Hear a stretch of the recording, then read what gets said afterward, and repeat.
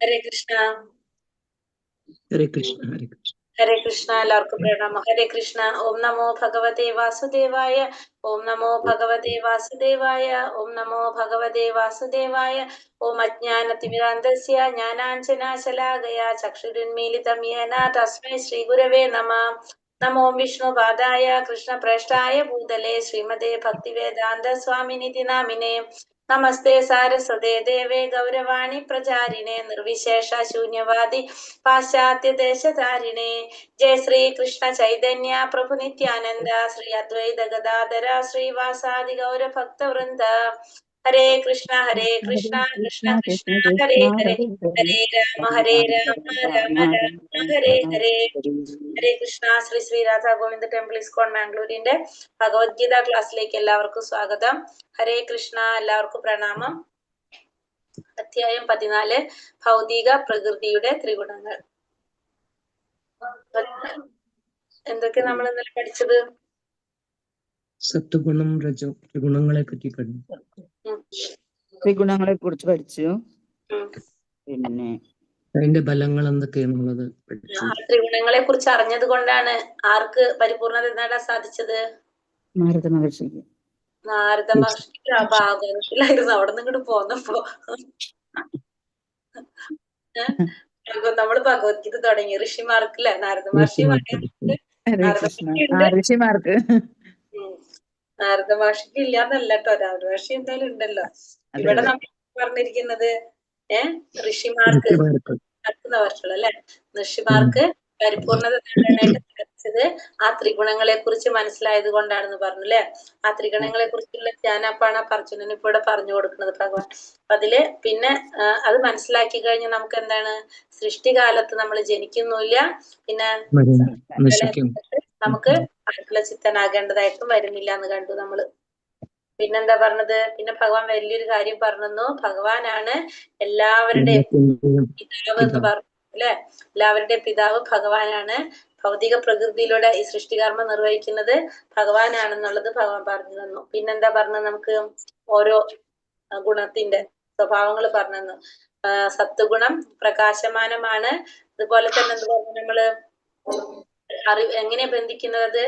ജ്ഞാനം കൊണ്ടും സുഖത്താലും ജ്ഞാനത്താലും ബന്ധിക്കുകയാണെന്നല്ലേ നമ്മളെ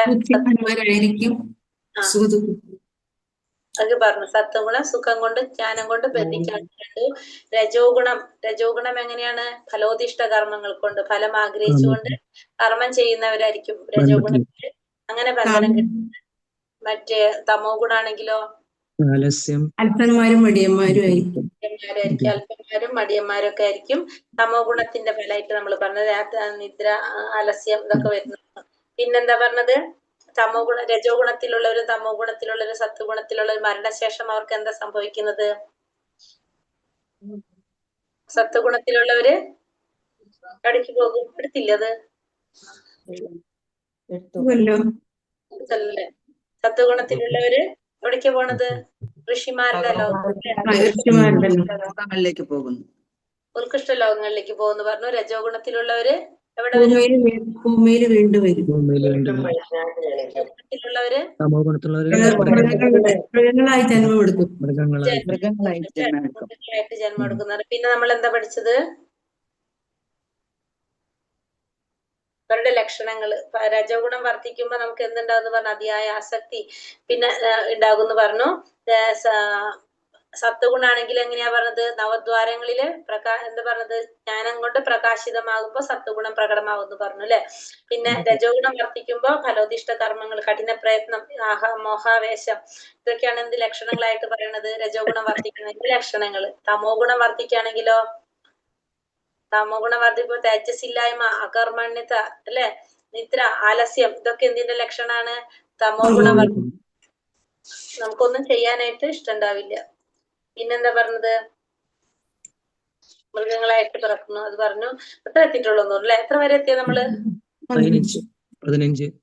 ലാസ്റ്റ് ശ്ലോകം അതായിരുന്നു. അപ്പൊ രജോ ഗുണത്തോടെയാണ് മരിക്കുന്നതെങ്കിൽ ഫലമുദ്ദേശിച്ച് കർമ്മം ചെയ്യുന്നവർക്കിടയിൽ ജനിക്കും. തമോ ഗുണത്തോടെയാണ് മരിക്കുന്നതെങ്കിൽ മൃഗങ്ങളായിട്ട് പിറക്കും. സത്വഗുണത്തിലുള്ളവരാണെങ്കിൽ എന്താണ്? ഋഷിമാരുടെ അല്ലെ. ഇതുവരെയാണ് നമ്മൾ എത്തിയിട്ടുണ്ടായിരുന്നത്.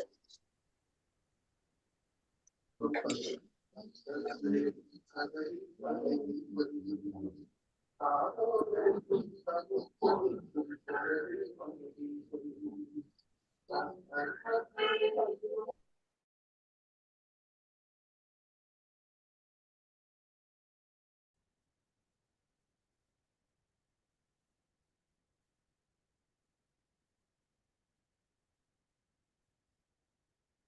തൊട്ട് തുടങ്ങണം അല്ലെ. ഹരേ കൃഷ്ണ. ഓം നമോ ഭഗവതേ വാസുദേവായ.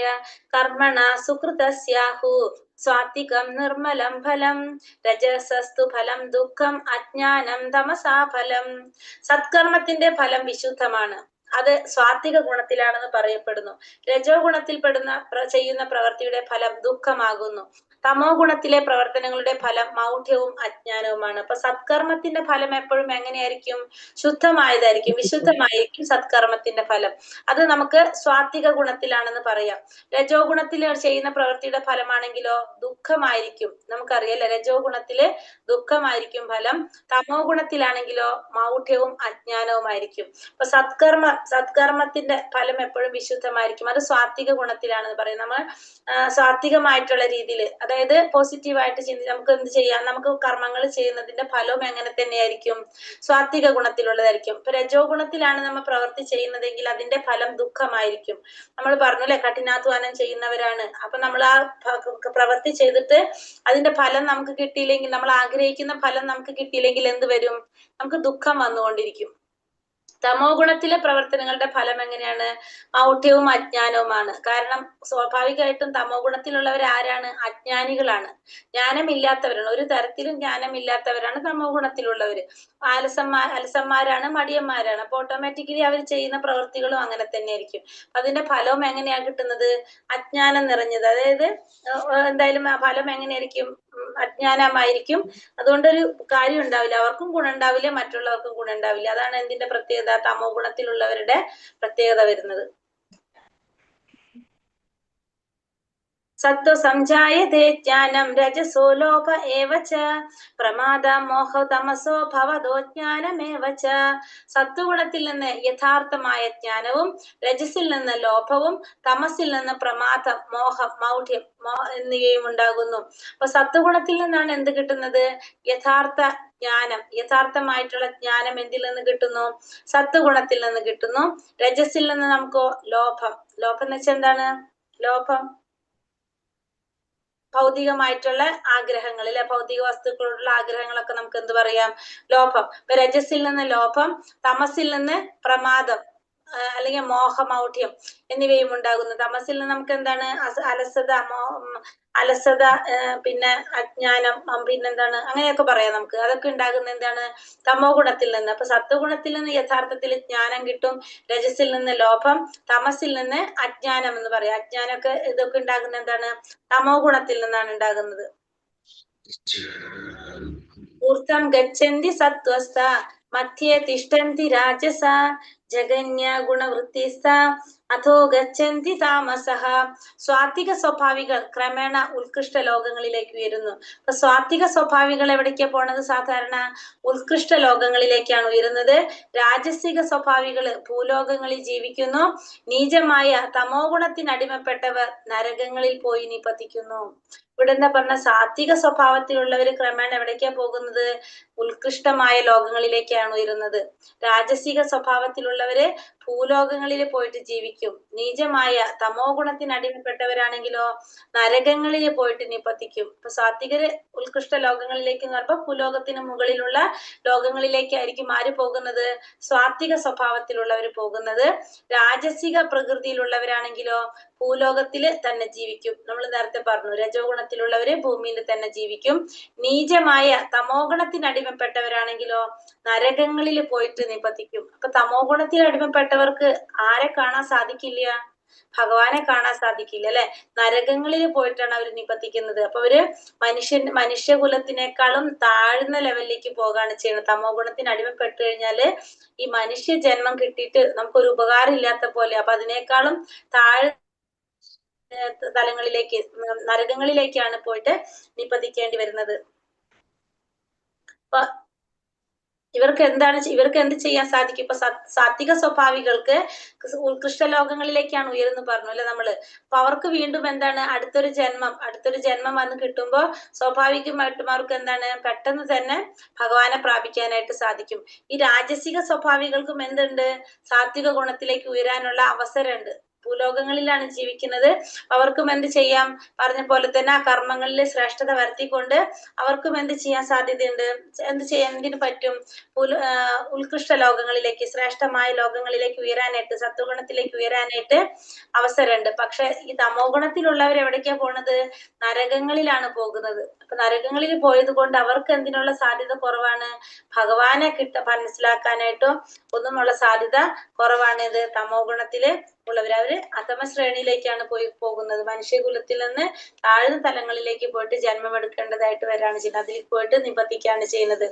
നാന്യം ഗുണേഭ്യ കർത്താരം യഥാ ദ്രഷ്ടാനുപശ്യതി ഗുണേഭ്യശ്ച പരം വേത്തി മദ്ഭാവം സോതി ഗച്ഛതി.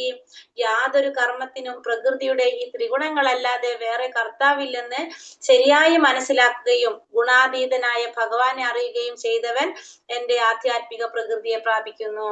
അപ്പൊ യാതൊരു കർമ്മത്തിനും ഈ പ്രകൃതിയുടെ ത്രിഗുണങ്ങളല്ലാതെ വേറെ കർത്താവില്ലെന്ന് മനസ്സിലാക്കുക. ശരിയായി മനസ്സിലാക്കുകയും ഗുണാതീതനായ ഭഗവാനെ അറിയുകയും ചെയ്താൽ എന്റെ ആധ്യാത്മിക പ്രകൃതിയെ പ്രാപിക്കാനായിട്ട് സാധിക്കും. അപ്പൊ ഈ എല്ലാ പ്രവർത്തികൾക്കും കാരണം എന്താണ്? ഭൗതിക പ്രകൃതിയുടെ ത്രിഗുണങ്ങളാണ് എന്ന് ശരിയായ രീതിയിൽ മനസ്സിലാക്കുക. പിന്നെ ഈ ഗുണങ്ങൾക്കെല്ലാം അതീതനായിട്ടുള്ള ഭഗവാനെ അറിയുക. അങ്ങനെയാണെങ്കിൽ അവർക്ക് എന്ത് സാധിക്കും? ഈ ആധ്യാത്മിക പ്രകൃതിയെ, ഭഗവാന്റെ ആധ്യാത്മിക പ്രകൃതിയെ പ്രാപിക്കാനായിട്ട് സാധിക്കും. അപ്പൊ എന്താണ് മനസ്സിലാക്കേണ്ടത്? ത്രിഗുണങ്ങളാണ് ഈ കർമ്മങ്ങളെല്ലാം ചെയ്യിക്കുന്നത്. ത്രിഗുണങ്ങളല്ലാതെ വേറെ ആരുമല്ല ഇത് ചെയ്യിക്കുന്നത്. ത്രിഗുണങ്ങളാണ് നമ്മളെ കൊണ്ട് ഇതെല്ലാം ചെയ്യിക്കുന്നതെന്ന് മനസ്സിലാക്കി ഗുണങ്ങൾക്ക് അതീതനായ ഭഗവാനെ കുറിച്ച് അറിഞ്ഞു കഴിഞ്ഞാൽ അവർക്ക് എന്ത് സാധിക്കും? ഭഗവാന്റെ ആധ്യാത്മിക പ്രകൃതിയെ പ്രാപിക്കാനായിട്ട് സാധിക്കും. അപ്പോ ഇതെങ്ങനെയാണ് നമുക്ക് മനസ്സിലാക്കാൻ സാധിക്കുന്നത്? ഈ ഭൗതിക പ്രകൃതിയുടെ ത്രിഗുണങ്ങളെ കുറിച്ചും അറിയണം, ഭഗവാനെ കുറിച്ചും അറിയണം, പ്രപഞ്ചത്തെ കുറിച്ചൊക്കെ നമുക്ക് മനസ്സിലാക്കണമെങ്കിൽ ആരുടെ സഹായം വേണം? നമുക്ക് ഒരു ആചാര്യന്റെ അല്ലെങ്കിൽ ഒരു ഗുരുവിന്റെ സഹായം നമുക്ക് വേണം ആ യഥാർത്ഥ സ്ഥിതി മനസ്സിലാക്കാനായിട്ട്, ഭഗവാനെ കുറിച്ചൊക്കെ അറിയാനായിട്ട്. അങ്ങനെ നമുക്ക് മനസ്സിലാക്കി കഴിഞ്ഞാൽ നമുക്ക് ആരെ പ്രാപിക്കാൻ സാധിക്കും? ഭഗവാനെ പ്രാപിക്കാനായിട്ട്, ഭഗവാന്റെ ആധ്യാത്മിക പ്രകൃതിയെ പ്രാപിക്കാനായിട്ട് സാധിക്കും. ഇതൊക്കെ സാധിക്കുന്നത് എങ്ങനെയാണ്? കൃഷ്ണാവബോധത്തിലൂടെ, അതല്ലെങ്കിൽ ഭഗവാനെ കുറിച്ച് യഥാർത്ഥത്തിൽ മനസ്സിലാക്കാൻ സാധിക്കുക. അല്ലാതെ നമുക്ക് ഈ അറിവ് കിട്ടില്ലല്ലോ. നമുക്ക് തന്നെത്താനെ മനസ്സിലാക്കാനോ പഠിക്കാനോ സാധിക്കില്ല. നമുക്ക് എങ്ങനെ അറിയണത്? ഭൗതിക പ്രകൃതിയുടെ ത്രിഗുണങ്ങളാണ് എല്ലാത്തിനും കാരണം, അല്ലാതെ വേറൊന്നല്ല. അത് മനസ്സിലാക്കുന്നത് എങ്ങനെയാ മനസ്സിലാക്കാൻ സാധിക്കുന്നത്? നമുക്കൊരു ആചാര്യനിലൂടെ ആയിരിക്കും ഇതൊക്കെ മനസ്സിലാക്കാൻ സാധിക്കുക. അതായത് ജ്ഞാനം നേടാൻ ശ്രമിക്കുക. ഭഗവാനെ കുറിച്ച്, ഭൗതിക പ്രകൃതിയെ കുറിച്ച്, ജീവാത്മാവിനെ കുറിച്ചൊക്കെ മനസ്സിലാക്കുമ്പോൾ നമുക്ക് എന്തറിയാൻ സാധിക്കും? ത്രിഗുണങ്ങളാണ് എല്ലാ പ്രവർത്തികളും ചെയ്യുന്നത്, അല്ലാതെ വേറൊരാളും അല്ല. മാത്രമല്ല പിന്നെന്താണ്? ഭഗവാനെ കുറിച്ച് അറിയാം. എല്ലാ ത്രിഗുണങ്ങളുടെ നാഥൻ ഭഗവാനാണ്. ആ ഭഗവാനെ കുറിച്ച് മനസ്സിലാക്കി കഴിഞ്ഞാൽ നമുക്ക് ആധ്യാത്മിക പ്രകൃതിയെ പ്രാപിക്കാനായിട്ട് സാധിക്കും. ഗുണേനേതാനതീത്യത്രീൻ ദേഹി ദേഹാസമുദ്ഭവാൻ ജന്മ മൃത്യുജരാ ദുഃഖൈർ വിമുക്തോ മൃതമശ്നുതേ. ശരീര സംബന്ധികളായ ഈ 3 ഗുണങ്ങളെയും അതിക്രമിക്കാൻ സാധിച്ചാൽ ശരീരസ്ഥനായ ജീവന് ജനന മരണ വാർദ്ധക്യം മുതലായ ക്ലേശങ്ങളിൽ നിന്ന് മുക്തനായി ഈ ജീവിതത്തിൽ തന്നെ അമൃത ആസ്വദിക്കാനായിട്ട് സാധിക്കും. അപ്പൊ ഈ ശരീര സംബന്ധികളായ ഈ 3 ഗുണങ്ങളെയും അതിക്രമിക്കാൻ സാധിക്കണം. നമുക്ക് എന്ത് വേണം? ഈ 3 ഗുണങ്ങള്, സത്വ രജോ തമോ ഗുണങ്ങളെ അതിക്രമിക്കാൻ സാധിച്ചു കഴിഞ്ഞാൽ ആ ജീവാത്മാവ്, ഈ ശരീരസ്ഥനായ ജീവാത്മാവിന് ഈ ശരീരത്തിൽ ഇരുന്നു കൊണ്ട് തന്നെ എന്ത് സാധിക്കാണ്? ജനന മരണ വാർദ്ധക്യം മുതലായ ക്ലേശങ്ങളിൽ നിന്ന് മുക്തനായി ഈ ജീവിതത്തിൽ തന്നെ അമൃതം ആസ്വദിക്കാനായിട്ട് സാധിക്കും. അപ്പൊ ഈ ജീവിതത്തിൽ തന്നെ അമൃതം ആസ്വദിക്കാനായിട്ട് സാധിക്കും. എങ്ങനെയാണെങ്കിൽ നമുക്ക് ഈ 3 ഗുണങ്ങൾ അതിക്രമിക്കാൻ സാധിച്ചു കഴിഞ്ഞാൽ ജനന മരണ വാർദ്ധക്യം ജന്മ മൃത്യു ജരാവ്യാധികള് ഇത്തരത്തിലുള്ള ക്ലേശങ്ങളിൽ നിന്ന് മുക്തനായിട്ട് ഈ ജീവിതത്തിൽ തന്നെ അമൃതം ആസ്വദിക്കാനായിട്ട് സാധിക്കും. എന്ത് വേണം? ഈ 3 ഗുണങ്ങളെ കുറിച്ച് മനസ്സിലാക്കണം. ഈ 3 ഗുണങ്ങളെ മനസ്സിലാക്കി ഇതിനെ അതിക്രമിക്കാനായിട്ട് നമുക്ക് സാധിക്കണം. അല്ലാതെ നമുക്ക് പറ്റില്ലല്ലോ. അപ്പൊ അതിന് നമ്മൾ എന്ത് ചെയ്യണം? ഈ 3 ഗുണങ്ങളെ കുറിച്ച് മനസ്സിലാക്കണം. ഈ 3 ഗുണങ്ങളെ അതിക്രമിക്കാനായിട്ട് സാധിക്കുക. എങ്കിൽ മാത്രമേ നമുക്ക് ഈ ശരീരത്തിൽ നിന്ന് അല്ലെങ്കിൽ ജന്മ മൃത്യു ജരാവ്യാധി പറഞ്ഞ ക്ലേശങ്ങളിൽ നിന്ന് മുക്തനായിട്ട് ഈ ജീവിതത്തിൽ തന്നെ അമൃതാസ്വദിക്കാനായിട്ട് സാധിക്കുള്ളൂ. അപ്പൊ ഭഗവാൻ ഇവിടെ തീർത്ത് പറയണത് എന്താണ്? ത്രിഗുണങ്ങളെ കുറിച്ച് മനസ്സിലാക്കണം. ത്രിഗുണങ്ങളെ അതിക്രമിച്ചാൽ മാത്രമേ നമുക്ക് എന്ത് സാധിക്കുള്ളൂ? ഈ ക്ലേശങ്ങളിൽ നിന്ന്, ഭൗതികമായിട്ടുള്ള ക്ലേശങ്ങളിൽ നിന്ന് മോചനം നേടാനായിട്ട് സാധിക്കുള്ളൂ, അമൃതം ആസ്വദിക്കാനായിട്ട് സാധിക്കുള്ളൂ എന്നുള്ളത് ഭഗവാൻ ഇവിടെ തീർത്ത് പറഞ്ഞു തരാണ്. ഈ ശ്ലോകത്തിൽ നമുക്ക് എന്ത് ചെയ്യണം? ത്രിഗുണങ്ങൾ അതിക്രമിക്കണം. ത്രിഗുണങ്ങൾ അതിക്രമിച്ചാൽ മാത്രമേ നമുക്ക് ഈ ഭൗതികമായ ക്ലേശങ്ങളിൽ നിന്ന് മുക്തനാകാനും ജീവിതത്തിൽ അമൃതം ആസ്വദിക്കാനും സാധിക്കുള്ളൂ. അപ്പൊ സ്വാഭാവികമായിട്ടും നമുക്കും വരുന്നൊരു സംശയം എന്താണ്? അടുത്തത്, എങ്ങനെയാണ് ഈ ത്രിഗുണങ്ങളെ അതിക്രമിക്കാനായിട്ട് സാധിക്കുക? തോന്നിയോ? ചിന്തിക്കുന്നുണ്ടോ? ഭഗവാൻ ഇവിടെ നമുക്ക് പറഞ്ഞെന്താണ്? ഈ ത്രിഗുണങ്ങൾ അതിക്രമിക്കാൻ സാധിക്കണം. എങ്കിൽ മാത്രമേ നമുക്ക് എന്ത് സാധിക്കുള്ളൂ? ഈ ജന്മമൃത്യു ജരാവ്യാധി നമ്മുടെ ഈ ക്ലേശങ്ങളിൽ നിന്ന് നമുക്ക് മുക്തനായിട്ട് ഈ ജീവിതത്തിൽ തന്നെ അമൃതം ആസ്വദിക്കാനായിട്ട് സാധിക്കുള്ളൂ. അപ്പൊ നമ്മൾ എന്ത് ചിന്തിക്കും? എങ്ങനെയാണ് ഈ ത്രിഗുണങ്ങൾ അതിക്രമിക്കാനായിട്ട് സാധിക്കുക? ചിന്തിച്ചു ആരെങ്കിലും? നമ്മളാരും ചിന്തിച്ചില്ല? ചിന്തിച്ചു മാതാജി. ചിന്തിച്ചു. അപ്പൊ അർജുനൻ ചിന്തിച്ചു. അർജുനൻ ചോദിക്കുകയാണ് അപ്പൊ നമ്മളെ പോലെ തന്നെയാണ് അർജുനൻ ചിന്തിച്ചു. അപ്പൊ അർജുനൻ ചോദിക്കുന്നത് അടുത്തത് അതാണ്. അപ്പൊ എന്താ ഇവിടെ ചോദിക്കുന്നത്? അർജുന ഉവാച, അർജുനൻ ചിന്തിച്ചു. അപ്പൊ അതുകൊണ്ട് അർജുനൻ ചോദിക്കാണ്, കർലിംഗ്രൈസ്ത്രീൻ ഗുണാനേതാൻ അതീതോ ഭവതി പ്രഭോ കിമാചാര കഥം ചൈത്രാം സ്ത്രീൻ ഗുണാനാതി വർത്തതേ. അർജുനൻ ചോദിച്ചു, പ്രഭോ, ത്രിഗുണങ്ങളെ അതിക്രമിച്ച വ്യക്തിയുടെ ലക്ഷണങ്ങൾ എന്തെല്ലാം? അപ്പൊ അർജുനൻ ഇത് കേട്ടപ്പോ അർജുനൻ ചോദിക്കുന്നത് 3 ചോദ്യങ്ങളാണ് ഭഗവാന്റെ അടുത്ത്. ഭഗവാൻ കഴിഞ്ഞ ശ്ലോകത്തിൽ പറഞ്ഞത് ഈ ത്രിഗുണങ്ങളെ അതിക്രമിക്കണം. ഈ ത്രിഗുണങ്ങളെ അതിക്രമിച്ചാൽ മാത്രമേ നമുക്ക് എന്ത് സാധിക്കുള്ളൂ? ഭൗതിക ക്ലേശങ്ങളിൽ നിന്ന് മുക്തി നേടിയിട്ട് നമുക്ക് എന്ത് സാധിക്കുള്ളൂ എന്ന് പറഞ്ഞ് അതീന്ദ്രിയമായിട്ട് ഉയരാനായിട്ട് സാധിക്കുള്ളൂ എന്ന് പറഞ്ഞല്ലേ, മുക്തനായിട്ട് ഈ ജീവിതത്തിൽ തന്നെ അമൃത ആസ്വദിക്കാൻ സാധിക്കുള്ളൂ എന്ന് പറഞ്ഞു. അപ്പൊ അർജുനൻ ചോദിക്കുന്ന 3 ചോദ്യങ്ങൾ: ഒന്ന്, ഈ ത്രിഗുണങ്ങളെ അതിക്രമിച്ച വ്യക്തിയുടെ ലക്ഷണങ്ങൾ എന്താണ്? അദ്ദേഹത്തിന്റെ പെരുമാറ്റം എന്താണ്? എങ്ങനെയാണ് പ്രകൃതിയുടെ ത്രിഗുണങ്ങളെ അതിക്രമിക്കാൻ ആ വ്യക്തിക്ക് സാധിക്കുന്നത്? 3 ചോദ്യങ്ങളാണ് അർജുനൻ ഭഗവാന്റെ ഈ കൺക്ലൂഷനിൽ ഭഗവാൻ ഇങ്ങനെ പറഞ്ഞു വന്നപ്പോ ഭഗവാൻ പറഞ്ഞു ലാസ്റ്റ് ത്രിഗുണങ്ങളെ അതിക്രമിക്കണം. അപ്പൊ അർജുനൻ ചോദിക്കാണ്, ഈ ത്രിഗുണങ്ങളെ അതിക്രമിച്ച വ്യക്തിയുടെ ലക്ഷണങ്ങൾ എന്തെല്ലാം വേണം? എന്നാലല്ലേ മനസ്സിലാവുള്ളൂ ത്രിഗുണങ്ങൾ അതിക്രമിച്ചോ ഇല്ലയെന്നുള്ളത്. നമുക്കും അറിയാനായിട്ട് സാധിക്കും ഇപ്പൊ ത്രിഗുണങ്ങള് നമ്മൾ ത്രിഗുണങ്ങൾ അതിക്രമിച്ചവരാണോ അല്ലാത്തവരാണോ എന്നുള്ളത് അല്ലെ. അപ്പൊ ത്രിഗുണങ്ങളെ അതിക്രമിച്ച വ്യക്തിയുടെ ലക്ഷണങ്ങൾ എന്തെല്ലാമാണ്? ആ വ്യക്തിയുടെ പെരുമാറ്റം എങ്ങനെയായിരിക്കും? അയാൾ എങ്ങനെയാണ് ത്രിഗുണങ്ങളെ അതിക്രമിക്കാൻ സാധിച്ചത്? 3 ചോദ്യങ്ങളാണ് ഇവിടെ അർജുനൻ ചോദിക്കുന്നത്. ഏതൊക്കെയാണ് ചോദ്യങ്ങള്? ത്രിഗുണങ്ങളെ അതിക്രമിച്ച വ്യക്തിയുടെ ലക്ഷണങ്ങള്, എങ്ങനെയായിരിക്കും അവരുടെ പെരുമാറ്റം, ത്രിഗുണങ്ങളെ എങ്ങനെയാണ് അതിക്രമിക്കാൻ ആ വ്യക്തിക്ക് സാധിച്ചത്? നമ്മുടെ മനസ്സിൽ വന്ന അതേ സംശയങ്ങൾ തന്നെയാണ് ഇവിടെ അർജുനനും ചോദിക്കുന്നത്. അപ്പൊ ഉത്തരം എന്താന്നുള്ളത് ഭഗവാൻ അടുത്ത ശ്ലോകത്തിലൂടെ പറയുന്നുണ്ട്. നമുക്ക് നോക്കാം. ഹരേ കൃഷ്ണ. ശ്രീ ഭഗവാനുവാച, പ്രകാശം ച പ്രവൃത്തിം ച മോഹമേവ ച പാണ്ഡവ ന ദ്വേഷ്ടി സംപ്രവൃത്താനി ന നിവർത്താനി കാംക്ഷതി ഉദാസീനവദാസീനോ ഗുണർയോ ന വിചാല്യത്തെ ഗുണവർത്തന്ത ഇത്യേവം യോവതിഷ്ഠതി നേങ്കതേ സമദുഃഖ സുഖം സ്വസ്ഥ സമലോഷ്ടാശ്മ കാഞ്ചനഃ തുല്യപ്രിയ പ്രിയോ ധീര തുല്യ നിന്ദാത്മ സംസ്തുതിഭി തുല്യോ മിത്രാരി പക്ഷയോ സർവാരംഭ പരിത്യാഗി ഗുണാതീത സ ഉച്യത്തെ. ഭഗവാൻ അർജുനനോട് എന്താ പറഞ്ഞു കൊടുക്കുന്നത്? ഫസ്റ്റ് 3 ചോദ്യങ്ങൾ ഏതൊക്കെയാണ്? ത്രിഗുണങ്ങളെ അതിക്രമിച്ച വ്യക്തിയുടെ ലക്ഷണങ്ങള്, എങ്ങനെയായിരിക്കും പെരുമാറ്റം, എങ്ങനെയാണ് അതിക്രമിക്കാൻ സാധിച്ചത്? ആദ്യത്തെ 2 ചോദ്യത്തിനുള്ള ഉത്തരാണ് ഈ ശ്ലോകത്തിലൂടെ ഭഗവാൻ കൊടുക്കുന്നത്. എന്താ ഭഗവാൻ പറയുന്നത്? ശ്രീ ഭഗവാനുവാച അല്ലെ, ഭഗവാൻ പറഞ്ഞു. എന്താ പറഞ്ഞത്? ഹേ പാണ്ഡുപുത്ര, പ്രകാശത്തിന്റെയോ ആസക്തിയുടെയോ വ്യാമോഹത്തിന്റെയോ സാന്നിധ്യത്തിൽ ആർക്ക് വെറുപ്പുണ്ടാകുന്നില്ലയോ, അവയുടെ അസാന്നിധ്യത്തിൽ അത് വേണമെന്ന ആഗ്രഹം ഉണ്ടാകുന്നില്ലയോ? ഒന്നാമത്തെ പോയിന്റ് പറയുന്നത് എന്താണ്? പ്രകാശത്തിന്റെ, ആസക്തിയുടെ, വ്യാമോഹത്തിന്റെ സാന്നിധ്യത്തില് വെറുപ്പുണ്ടാകുന്നില്ല. അത് ഇല്ലാതാകുമ്പോ അത് വേണമെന്ന് ആഗ്രഹമില്ല. അപ്പൊ ഇത് ഉണ്ടെങ്കിൽ അതിനോട് നമുക്ക് ദേഷ്യവും ഇല്ല, ഇല്ലാണ്ടാവുമ്പോ അത് വേണമെന്ന് ആഗ്രഹവും ഇല്ല. ഒരേപോലെ ഉണ്ടെങ്കിലും വിരോധമില്ല, ഇല്ലെങ്കിലും വിരോധമില്ല, ആഗ്രഹം ഉണ്ടാകുന്നില്ല. പ്രകൃതി ഗുണങ്ങൾ ഉളവാക്കുന്ന പ്രതികരണങ്ങളിൽ ആര് പ്രക്ഷുബ്ധനാകാതിരിക്കുന്നുവോ? പ്രകൃതി ഗുണങ്ങൾ ഉളവാക്കുന്ന പ്രതികരണങ്ങൾ, അതായത് നമ്മൾ ഈ ഭൗതിക പ്രകൃതിയിൽ ഉണ്ടാകുന്ന പലതരത്തിലുള്ള പ്രശ്നങ്ങൾ ഉണ്ടാവും. അതില് ആരാണോ പ്രക്ഷുബ്ധനാവാതിരിക്കുന്നത്, ആർക്കാണോ അത്ര അത്യാവശ്യ ചിന്തയും ടെൻഷനും ഒന്നും ഇല്ലാത്തത്, പ്രകൃതി ഗുണങ്ങളാണ് പ്രവർത്തന നിരതകളായിരിക്കുന്നത് എന്ന് മനസ്സിലാക്കിയിട്ട് ഉദാസീനനും അവയ്ക്ക് അതീതനുമായിരിക്കുന്നത് ആരാണ്? ഭൗതിക പ്രകൃതിയുടെ ഗുണങ്ങളാണ് എല്ലാ പ്രവർത്തനത്തിനും എല്ലാതും ചെയ്തത് എന്ന് മനസ്സിലാക്കിക്കൊണ്ട് ഉദാസീനനായിട്ടിരിക്കുക, അവയ്ക്ക് അതീതനായിട്ടിരിക്കുക, ഗുണങ്ങൾക്ക് അതീതനായിട്ടിരിക്കുന്നത് ആരാണോ? ആത്മാനിഷ്ഠനായിട്ട് സുഖദുഃഖങ്ങളെ തുല്യനിലയിൽ കാണുന്നത് ആരാണോ? ആത്മനിഷ്ഠനായിക്കൊണ്ട് സുഖദുഃഖങ്ങളെല്ലാം തുല്യനിലയിൽ കാണാൻ സാധിക്കുന്നത് ആർക്കാണോ? ആരുടെ ദൃഷ്ടിയിൽ മൺകട്ടയും കല്ലും പൊന്നും വ്യത്യസ്തമല്ലയോ? ആരുടെ ദൃഷ്ടിയിലാണ് മൺകട്ടയായാലും കല്ലും പൊന്നും എല്ലാം ഒരേപോലെ കാണാൻ സാധിക്കുന്നത്? ആർക്ക് പ്രിയമായോ അപ്രിയമായോ യാതൊന്നില്ലാതോ? അപ്പൊ ആർക്കാണോ പ്രിയമായിട്ടും അപ്രിയമായിട്ടും യാതൊന്നുമില്ലാത്തത്, അങ്ങനെയുള്ള വ്യക്തി എന്തായിരിക്കും? ത്രിഗുണങ്ങളെ അതിക്രമിച്ച വ്യക്തിയായിരിക്കും. അപ്പൊ ത്രിഗുണങ്ങളെ അതിക്രമിച്ച വ്യക്തി എന്താണ്? പ്രകാശത്തിന്റെയും ആസക്തിയുടെയും വ്യാമോഹത്തിന്റെ സാന്നിധ്യത്തില് വെറുപ്പുണ്ടാകുന്നില്ല, അതില്ലെങ്കിൽ അത് വേണമെന്നുള്ള ആഗ്രഹവും ഇല്ല. പിന്നെ ഭൗതിക പ്രകൃതി ഗുണങ്ങൾ ഉളവാക്കുന്ന പ്രതികരണങ്ങളില് പ്രക്ഷുബ്ധനാകുന്നില്ല.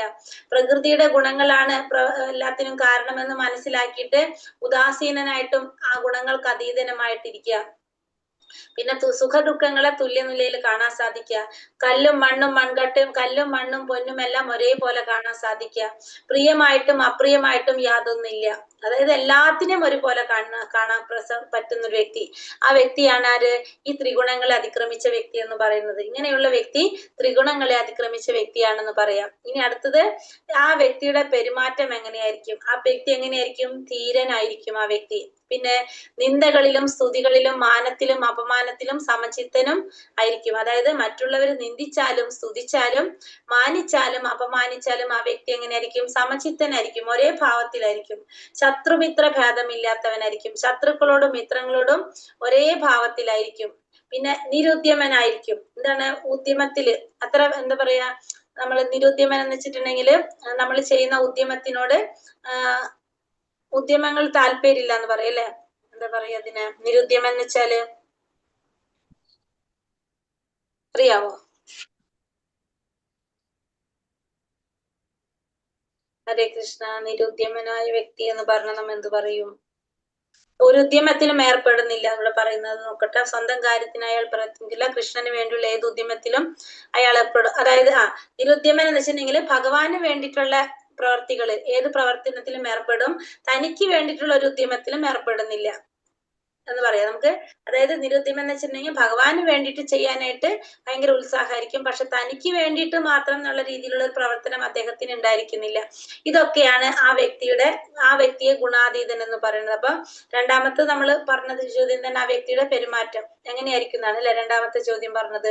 ആ വ്യക്തി എങ്ങനെയായിരിക്കും? ധീരനായിരിക്കും, മറ്റുള്ളവരുടെ നിന്ദകളിലും സ്തുതികളിലും മാനത്തിലും അപമാനത്തിലും സമചിത്തനായിരിക്കും, ശത്രുമിത്ര ഭേദമില്ലാത്തവന് ശത്രുക്കളോടും മിത്രങ്ങളോടും ഒരേപോലെ ആയിരിക്കും. താൻ ചെയ്യുന്ന പ്രവർത്തികൾ ആർക്ക് വേണ്ടിയിട്ടായിരിക്കും? ഭഗവാന് വേണ്ടിയിട്ടായിരിക്കും. തനിക്ക് വേണ്ടിയിട്ട് ഒന്നും ചെയ്യുന്നില്ല, ഭഗവാന് വേണ്ടിയിട്ടായിരിക്കും എല്ലാം പ്രവർത്തിക്കുന്നത്. അങ്ങനെയുള്ള വ്യക്തിയെ നമുക്ക് എന്ത് പറയാം? ഗുണങ്ങൾക്ക് അതീതനാണെന്ന് പറയാം. ആ വ്യക്തിയുടെ പെരുമാറ്റം നമ്മൾ പറഞ്ഞു, ലക്ഷണവും നമ്മൾ പറഞ്ഞു. മനസ്സിലായോ എല്ലാവർക്കും? ഹരേ കൃഷ്ണ. മനസ്സിലായി. അർജുനന്റെ 2 ചോദ്യങ്ങൾക്കുള്ള ഉത്തരം ഇവിടെ ഭഗവാൻ പറഞ്ഞു. ഇനി അടുത്തൊരു ചോദ്യം കൂടി ഉണ്ടായിരുന്നു ഭഗവാന്റെ അടുത്തിൽ. എന്താണ് മൂന്നാമത്തത്? ഈ ഗുണങ്ങളെ അതിക്രമിക്കാൻ ഇതാണ് നമ്മൾ ശ്രദ്ധിക്കേണ്ടത്. എന്താണ്? അയാൾ എങ്ങനെയാണ് ഈ ഗുണങ്ങളെ അതിക്രമിച്ചത്? കാരണം ഗുണങ്ങളെ അതിക്രമിച്ചാലാണ് ആ ലക്ഷണങ്ങളും സ്വഭാവമൊക്കെ നമുക്ക് മനസ്സിലാക്കാൻ സാധിക്കുന്നത്. അപ്പൊ ആദ്യം എന്ത് വേണം? ഗുണങ്ങളെ അതിക്രമിക്കണം. ഈ മൂന്നാമത്തെ ചോദ്യമാണ് നമ്മൾ ആദ്യം ശ്രദ്ധിക്കേണ്ടത്. മൂന്നാമത്തെ ചോദ്യം, ഗുണങ്ങളെ അതിക്രമിച്ചത് എങ്ങനെയാണ് സാധിക്കുന്നത്? എങ്ങനെയാണ്? മാംച യോവ്യഭിചാരേണ ഭക്തി യോഗേന സേവതേ സഗുണാൻ സമതീതൈതാൻ ബ്രഹ്മഭൂയായ കൽപ്പതേ. ഏതു പരിതസ്ഥിതിയിലും പിഴയ്ക്കാതെ ഭക്തിപൂർവ്വം ഭഗവത് സേവനത്തിൽ ഏർപ്പെടുന്നവർക്ക് വേഗത്തിൽ ഭൗതിക പ്രകൃതിയുടെ ത്രിഗുണങ്ങളെ അതിക്രമിച്ച് ബ്രഹ്മപദത്തിലെത്താം. അപ്പൊ എന്താ ചെയ്യേണ്ടത്? ഏതൊരു പരിതസ്ഥിതിയിലും നമ്മൾ ഏത് സാഹചര്യത്തിലായാലും പിഴയ്ക്കാതെ ഭക്തിപൂർവം ഭഗവത് സേവനത്തിൽ ഏർപ്പെടണം. നമ്മൾ എന്ത് ചെയ്യണം? നമ്മുടെ സാഹചര്യം എങ്ങനെയായാലും നമ്മൾ എന്ത് ചെയ്തുകൊണ്ടിരിക്കണം? ഭക്തിപൂർവം ഭഗവാന്റെ സേവനത്തിൽ ഏർപ്പെടുന്നവർക്ക് ഭൗതിക പ്രകൃതിയുടെ ത്രിഗുണങ്ങളെ അതിക്രമിച്ച് ബ്രഹ്മപദത്തിലെത്താനായിട്ട് സാധിക്കും. ഇപ്പൊ ഭഗവാൻ ഇവിടെ പറയുന്നത് എന്താണ്? മൂന്നാമത്തെ ചോദ്യത്തിനുള്ള ഉത്തരം എങ്ങനെയാണ് സാധിക്കുന്നത്? നമ്മൾ എന്ത് ചെയ്യണം? നമ്മുടെ സാഹചര്യം അനുകൂലമായിക്കോട്ടെ പ്രതികൂലമായിക്കോട്ടെ നമ്മൾ എന്ത് ചെയ്തിരിക്കണം? ഭക്തിപൂർവം ഭഗവാന്റെ സേവനത്തിൽ ഏർപ്പെട്ടുകൊണ്ടിരിക്കണം. അങ്ങനെ ചെയ്യുകയാണെങ്കിൽ നമുക്ക് ത്രിഗുണങ്ങളെ അതിക്രമിക്കാനായിട്ട് സാധിക്കുമെന്ന് അർജുനനോട് ഭഗവാൻ പറഞ്ഞതാണ്. നമ്മൾ എങ്ങനത്തെ സാഹചര്യം വന്നാലും അനുകൂലമായാലും പ്രതികൂലമായാലും നമ്മൾ എന്ത് ചെയ്തുകൊണ്ടിരിക്കണം? ഭഗവാന് സേവനം ചെയ്തുകൊണ്ടിരിക്കുക. നമ്മളെ സമർപ്പിക്കണം ഭഗവാൻ. അങ്ങനെയാണെങ്കിൽ നമുക്ക് ഈ ഭൗതിക പ്രകൃതിയുടെ ത്രിഗുണങ്ങളെ അതിക്രമിച്ച് ബ്രഹ്മപദത്തിലെത്താനായിട്ട് സാധിക്കും. ബ്രഹ്മണോ ഹി പ്രതിഷ്ഠാഹം അമൃതസ്യാവയസ്യ ച ശാശ്വതസ്യ ച ധർമ്മസ്യ സുഖസൈകാന്തികസ്യ ച. അമൃതവും അക്ഷയവും ശാശ്വതവും ആത്യന്തികവുമായ സുഖത്തിന്റെ മൂലസ്ഥാനവുമായ വ്യക്തിശൂന്യ ബ്രഹ്മത്തിന്റെ അടിസ്ഥാനവും ഞാൻ തന്നെ. ഇപ്പൊ ഇനി എന്താ ഭഗവാൻ പറയണത്? അമൃതമായിട്ടുള്ളതും അക്ഷയമായിട്ടുള്ളതും ശാശ്വതമായിട്ടുള്ളതും ആത്യന്തമായിട്ടുള്ള സുഖത്തിന്റെ മൂലസ്ഥാനവുമായ വ്യക്തിശൂന്യ ബ്രഹ്മത്തിന്റെ അടിസ്ഥാനവും ആര് തന്നെയാണ്? ഞാൻ തന്നെയാണ്. അമൃതമായിട്ടുള്ളതും മരണമില്ലാത്ത അല്ലെ, ഒരിക്കലും നശിക്കാത്ത ക്ഷയിക്കാത്ത ശാശ്വതമായിട്ടുള്ളത് ആത്യന്തികമായ സുഖം, അതിന്റെ മൂലസ്ഥാനവുമായിട്ടുള്ള വ്യക്തിശൂന്യ ബ്രഹ്മം, ബ്രഹ്മത്തിന്റെയും അടിസ്ഥാനം ആര് തന്നെയാണ്? ഭഗവാൻ തന്നെയാണ്. നമുക്കറിയാം 3 ഭാവങ്ങള് എന്താണ്? അവ്യക്തിഗത ബ്രഹ്മം എന്ന് പറയുന്നതും പരമാത്മാവ് എന്ന് പറയുന്നതും ഭഗവാൻ എന്ന് പറയുന്നത് എന്താണ്? പരമസത്യത്തിന്റെ 3 ഭാവങ്ങളാണ്. അപ്പൊ ഇതിന്റെ ഏറ്റവും മൂലസ്ഥാനം അല്ലെങ്കിൽ അടിസ്ഥാനം ആരാണ് വരുന്നത്? ഭഗവാനാണ് അല്ലെ. ഭഗവത് സാക്ഷാത്കാരത്തിലേക്കാണ് എത്തുന്നത് നമ്മൾ. ആ ബ്രഹ്മത്തിലൂടെയും പരമാത്മാവിലൂടെയും ഇത് രണ്ടിന്റെ മൂലസ്ഥാനം എന്താണ്? ഭഗവാനാണ്. അപ്പൊ നമുക്ക് എന്ത് സാധിക്കാണ്? ബ്രഹ്മത്തിലൂടെയും പതുക്കെ ബ്രഹ്മത്തിൽ ലയിക്കാം, പരമാത്മാവിൽ ലയിക്കാം. അതിനുശേഷം ഇത് ക്രമേണ അത് എന്തിലേക്കാണ് എത്തുന്നത്? ഏത് സാക്ഷാത്കാരത്തിലേക്കാണ് എത്തേണ്ടത്? ബ്രഹ്മ സാക്ഷാത്കാരത്തിലേക്ക് പരമാത്മാ സാക്ഷാത്കാരത്തിലൂടെ നമുക്ക് എന്തിലേക്ക് ഉയരാൻ സാധിക്കും? പിന്നീട് ഭഗവത് സാക്ഷാത്കാരത്തിലേക്ക് ഉയരാനായിട്ട് സാധിക്കും നമുക്ക്. അപ്പൊ അതിന് ബ്രഹ്മസാക്ഷാത്കാരത്തിലേക്ക് ഉയരാനായിട്ട് സാധിക്കും. ബ്രഹ്മസാക്ഷാത്കാരത്തിലൂടെ നമുക്കറിയാം അത് ഫസ്റ്റ് എന്താ പറയുന്നത്? ഭഗവാന്റെ ആ ബ്രഹ്മ ജ്യോതിസിനെയാണ് നമ്മൾ പ്രാപിക്കുന്നത്.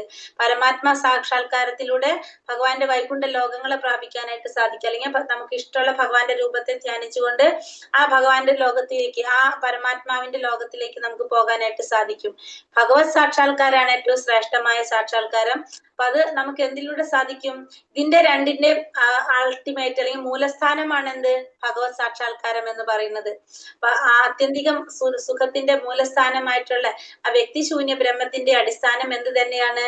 ഭഗവത് സാക്ഷാത്കാരമാണ്. അത് ഭഗവാനാണെന്ന് ഭഗവാനോട് പറഞ്ഞ അമൃതമായിട്ടുള്ളതും അക്ഷയമായിട്ടുള്ളതും ശാശ്വതമായിട്ടുള്ളതും ആത്യന്തിക സുഖത്തിന്റെ മൂലസ്ഥാനവും എല്ലാത്തിന്റെയും അടിസ്ഥാനം ആര് തന്നെയാണ്? ഭഗവാൻ തന്നെയാണ്. അപ്പൊ ഈ സാക്ഷാത്കാരം, ഭഗവത് സാക്ഷാത്കാരം നമുക്ക് നേടാൻ സാധിക്കുന്നത് എങ്ങനെയാണ് നേടാൻ സാധിക്കുന്നത്? നമ്മൾ പറഞ്ഞു ഏതൊരു സാഹചര്യത്തിലും നമ്മൾ എന്ത് ചെയ്യണം? പിഴയ്ക്കാതെ, നമ്മള് വീഴ്ചയില്ലാതെ നമ്മൾ എന്ത് ചെയ്തുകൊണ്ടിരിക്കണം? ഭക്തിയുടെ സേവനം, ഭഗവത് സേവനം ചെയ്തുകൊണ്ടിരിക്കാം. ഭക്തിയുടെ സേവനത്തിലൂടെ മാത്രമാണ് നമുക്ക് എന്ത് സാധിക്കുന്നെന്ന് പറഞ്ഞു. അപ്പൊ നമുക്ക് ഇതിനെ കുറിച്ച് അറിയാനായിട്ടും മനസ്സിലാക്കാനായിട്ട് ഭഗവാനിലേക്ക് എത്താനായിട്ട് സാധിക്കുന്നത്. അല്ലാതെ നമുക്ക് ഈ ത്രിഗുണങ്ങളെ അതിക്രമിച്ച് പരമപദത്തിൽ എത്താനായിട്ട് സാധിക്കില്ല. അപ്പൊ ഭക്തിയുടെ സേവനം നമുക്കറിയാലേ. ഭക്തി ചെയ്യാനായിട്ട് കുറെ വഴികൾ നമ്മൾ കണ്ടിട്ടുണ്ട്. നവവിധ ഭക്തി ഏതൊക്കെയാണ്? ശ്രവണം, കീർത്തനം, വിഷ്ണു സ്മരണം, പാദസേവനം, അർച്ചന, വന്ദനം, ദാസ്യം, സഖ്യം, ആത്മനിവേദനം. അപ്പൊ നമുക്ക് ചെയ്യാൻ സാധിക്കുന്നതിൽ ഏറ്റവും ലളിതമായിട്ടുള്ള പ്രക്രിയയാണ് സത്യത്തിൽ എന്ത്? ഭക്തിയുടെ സേവനം അല്ലെ. ഭക്തിയുടെ സേവനത്തിലൂടെ നമുക്ക് ഭഗവാനെ സേവിക്കാനായിട്ട് എളുപ്പത്തിൽ ഭഗവാനെ സേവിച്ച് നമുക്ക് സാക്ഷാത്കാരം നേടാനായിട്ട് സാധിക്കും. ഫസ്റ്റ് പറയുന്നുണ്ട് അല്ലെ, ഭക്തിയുടെ ഭക്തിയിലൂടെയാണ് ഭഗവാനെ എളുപ്പത്തിൽ ബാക്കി എല്ലാത്തിനേക്കാളും എളുപ്പം ഭക്തിയിലൂടെ നമുക്ക് ഭഗവാനെ പ്രാപിക്കാന്ന് പറയുന്നുണ്ട് ഇല്ലേ. അപ്പൊ ഭക്തിയുടെ സേവനത്തിലൂടെ മാത്രമേ നമുക്ക് ഭഗവാനിലേക്ക് എത്താനായിട്ട് സാധിക്കുള്ളൂ. വേറൊരു വഴി നമുക്കില്ല. ഹരേ കൃഷ്ണ കൃഷ്ണ കൃഷ്ണ ഹരേ ഹരേ, ഹരേ രാമ രാമ രാമ ഹരേ ഹരേ. ഹരേ കൃഷ്ണ. അപ്പൊ നമുക്ക് എന്തൊക്കെ ചെയ്യാൻ പറ്റുന്ന ഭക്തി സേവനങ്ങൾ ഇപ്പോ? നാമജപം. ബാക്കി എന്തൊക്കെയുണ്ട്? പിന്നെന്തൊക്കെയുണ്ട്? നാമജപം മാത്രല്ലല്ലോ.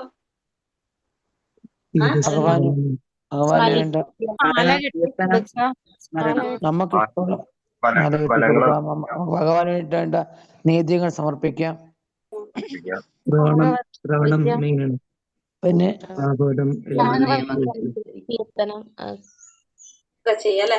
അതായത് നാമം ജപിക്കാം, ശ്രവണം, കീർത്തനം, സ്മരണം. ഭാഗവത ശ്രവണം, നാമം ജപിക്കാം.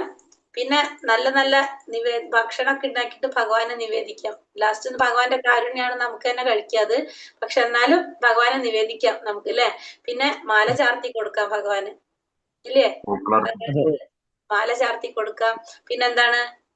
ഭക്തിരസേവനം നമ്മൾ കുറെ പഠിച്ചു 12ാമത്തെ അധ്യായത്തിൽ. കുറെ നമ്മൾ പഠിച്ചു. പക്ഷെ എന്നാലും ഇപ്പൊ നമുക്ക് ഇപ്പൊ വീട്ടിലിരുന്നുകൊണ്ട് നമുക്ക് പെട്ടെന്ന് ഇന്ന് മുതൽ ചെയ്യാൻ പറ്റുന്ന സേവനങ്ങൾ ചോദിച്ചാൽ നാമം ജപിക്കല്. നമുക്ക് നാമം ജപിക്കാം, നാമം ജപിക്കാം.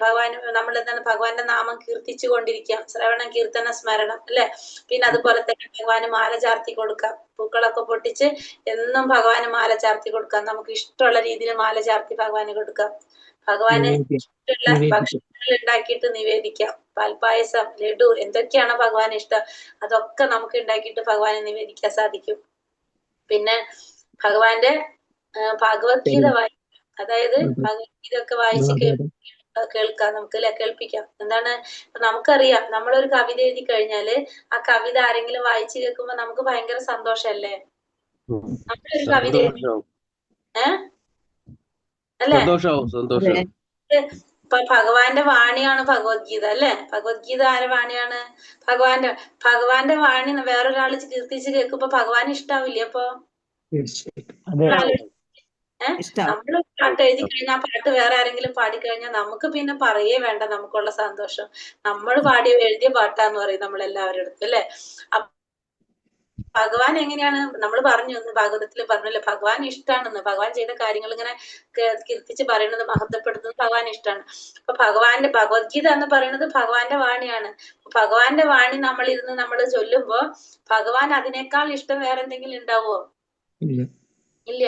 അപ്പൊ നമുക്ക് എന്ത് ചെയ്യാം? ഭഗവാന് ഭഗവത്ഗീത വായിച്ചു കേൾപ്പിക്കാം. പിന്നെ ഭാഗവതം എന്താണ്? ഭഗവാനെ കുറിച്ചും ഭഗവാന്റെ ഭക്തന്മാരെ കുറിച്ചും സൂചിക്കുന്നതാണ്, അല്ലെ? ഫുള്ള് ഭാഗവതത്തിൽ എന്താ പറയണത്? ഭഗവാനും ഭഗവാന്റെ ഭക്തന്മാരെ കുറിച്ചാ പറയുന്നത്.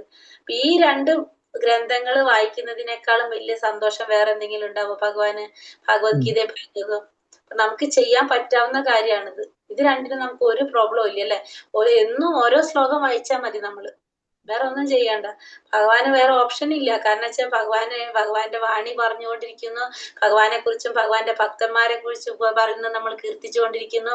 പിന്നെ ഭഗവാൻ എന്താ ചെയ്യാ? നമ്മളടുത്ത് വരാതെ ഒരു ഓപ്ഷൻ ഇല്ല അവിടെ, അല്ലെ? ചെയ്യാൻ ഡെയിലി വായിക്കുക. കാരണം ഭഗവാൻ പറഞ്ഞ കാര്യങ്ങൾ നമ്മൾ പറയുമ്പോൾ നമുക്ക് ഇഷ്ടമാണെങ്കിൽ ഭഗവാനും ഇഷ്ടമാണ്. അത്ര ആലോചിച്ചാൽ മതി.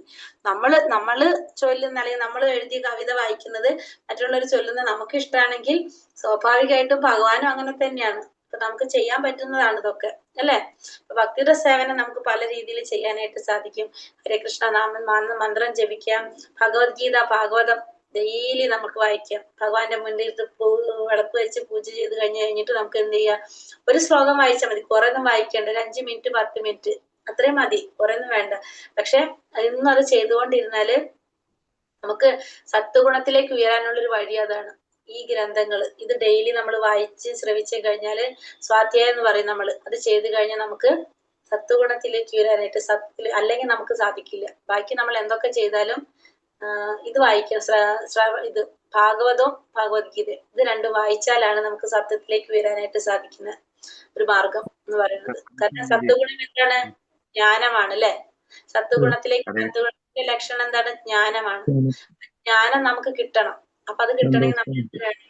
ഡെയിലി ഭഗവത്ഗീതയും ഭാഗവതവും അതാണ് നമ്മൾ ആ ക്ലാസ്സിൽ കയറണം പറയണതിന്റെ ഒരു കാരണം. അതാണ് നമ്മൾ ആ സത്യത്തിലേക്ക് വരണമെങ്കിൽ നമുക്ക് സത്വഗുണം ബന്ധിക്കുന്നത് ജ്ഞാനം കൊണ്ട് സുഖം കൊണ്ടാണെന്ന് പറഞ്ഞു. ആ ജ്ഞാനം കൂടി നമുക്ക് ആവശ്യമാണ്. ബാക്കി ചെയ്തിട്ട് കാര്യമില്ല എന്നല്ല, പക്ഷെ അതും അത്യാവശ്യമാണ്. അതുകൊണ്ട് നമ്മൾ എന്ത് ചെയ്യണം? ഡെയിലി നമ്മളിത് കേൾക്കണം, നമ്മൾ അറിയണം, വായിക്കണം. അല്ലെങ്കിൽ ഹരേ കൃഷ്ണ. അപ്പൊ 14ാമത്തെ അധ്യായം തീർന്നു. 7 മണി. ക്വസ്റ്റ്യൻ ആൻസർ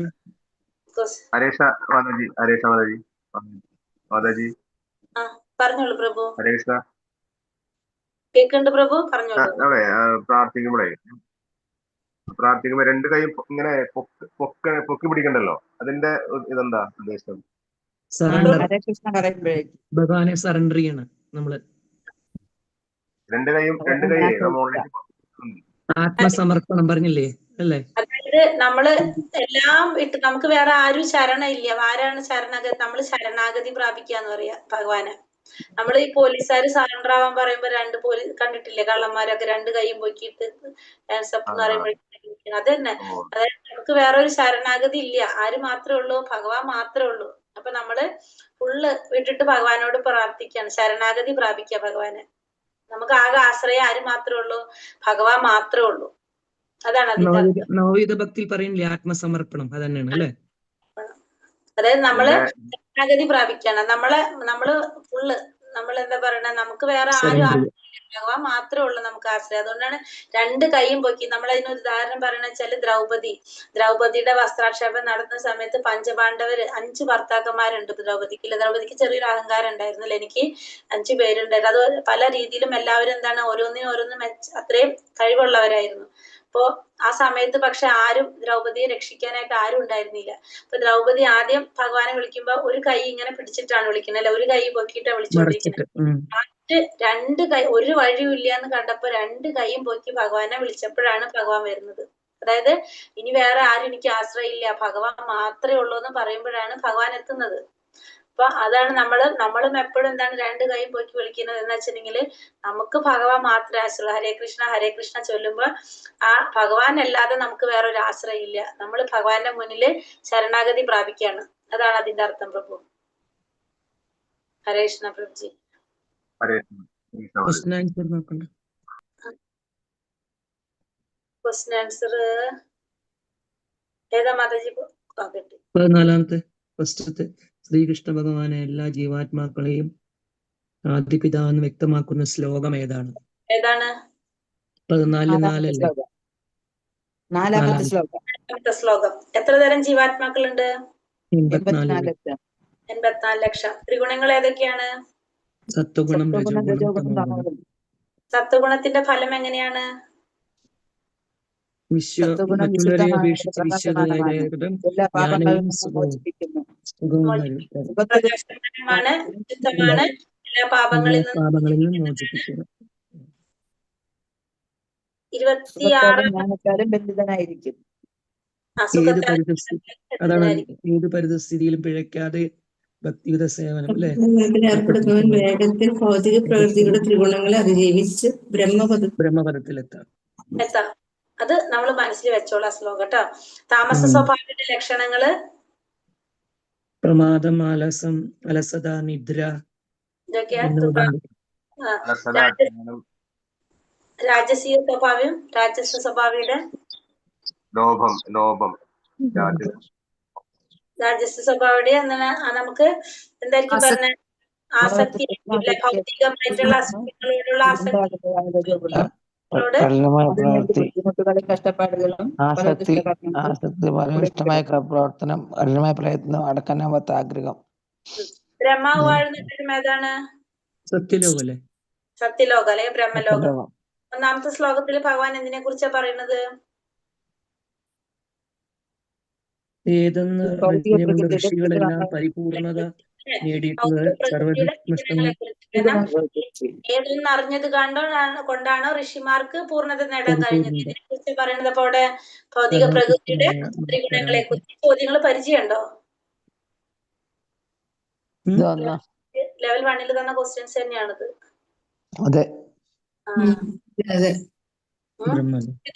ഒരു ചോദ്യം കൂടി പറയാം. അർജുനൻ 3 ചോദ്യങ്ങൾ ചോദിക്കുന്നുണ്ട് ഭഗവാന്റെ അടുത്ത്. ശരിയാ. അതും കൂടി നോട്ട് ചെയ്യണം. 3 ചോദ്യങ്ങൾ അല്ലേ? ത്രിഗുണങ്ങളെ അതിക്രമിച്ച വ്യക്തിയുടെ ലക്ഷണങ്ങൾ, പെരുമാറ്റം എങ്ങനെയായിരിക്കും, എങ്ങനെ ത്രിഗുണങ്ങളെ അതിക്രമിക്കാം. 3 ചോദ്യങ്ങള്, ആ 3 ചോദ്യത്തിന് ഭഗവാൻ കൊടുക്കുന്ന ഉത്തരം നമുക്കറിയണം. 3 ചോദ്യത്തിന് നമ്മൾ ത്രിഗുണങ്ങൾ അതിക്രമിച്ചിട്ടുണ്ടോ? ഇല്ല അല്ലെ? അവിടെ വരെ എത്തിയിട്ടില്ല. അവിടേക്കൊന്നും എത്തിയിട്ടില്ല നമ്മള്. അങ്ങോട്ടേക്ക് എത്താൻ നോക്കുവാ മാതാജി. അപ്പൊ ആ 3 ചോദ്യങ്ങളും അതിനുള്ള ഉത്തരം നമ്മൾ അത് നോട്ട് ചെയ്യണേ.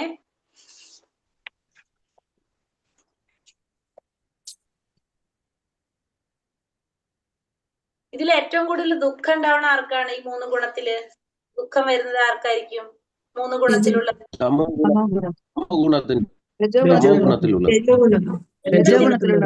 രജോ ഗുണത്തിലുള്ളവർക്ക് ദുഃഖം ഇല്ലല്ലോ. അവരെങ്ങനെയാണ്? അവര് ഓട്ടോമാറ്റിക്കലി അവര് അങ്ങനെയാണ്. ആലസ്യം, നിദ്ര, അവർക്ക് ഒന്നുമില്ല അങ്ങനത്തെ രീതിയിൽ അല്ലെ. അവര് ഒന്നും ചെയ്യാതെ അവര് എന്താണ് പറയാ, ആലസ്യപ്പെട്ട് നിദ്രയിലൊക്കെ ഇരിക്കുന്നവരല്ല അവര്. രജോ ഗുണത്തിലുള്ളവരാണ് ഏറ്റവും കൂടുതൽ ദുഃഖം ഉണ്ടാകുന്നത്. എന്തുകൊണ്ടാണ്? കാരണം അവർക്ക് ഭൗതികമായിട്ടുള്ള സുഖങ്ങളോട് ആസക്തിയാണെന്ന് പറഞ്ഞു അല്ലെ. അപ്പൊ അതുകൊണ്ട് അവർക്ക് എന്താണ്, അത് നടന്നില്ലെങ്കിൽ അവർക്ക് ദുഃഖം വരും. അപ്പൊ നമ്മള് എന്താ ചെയ്യേണ്ടത്? ഇപ്പൊ നമ്മളൊക്കെ ഏത് കാറ്റഗറിയിൽ വരുന്നതാണ് കൂടുതലും? രജോ ഗുണം.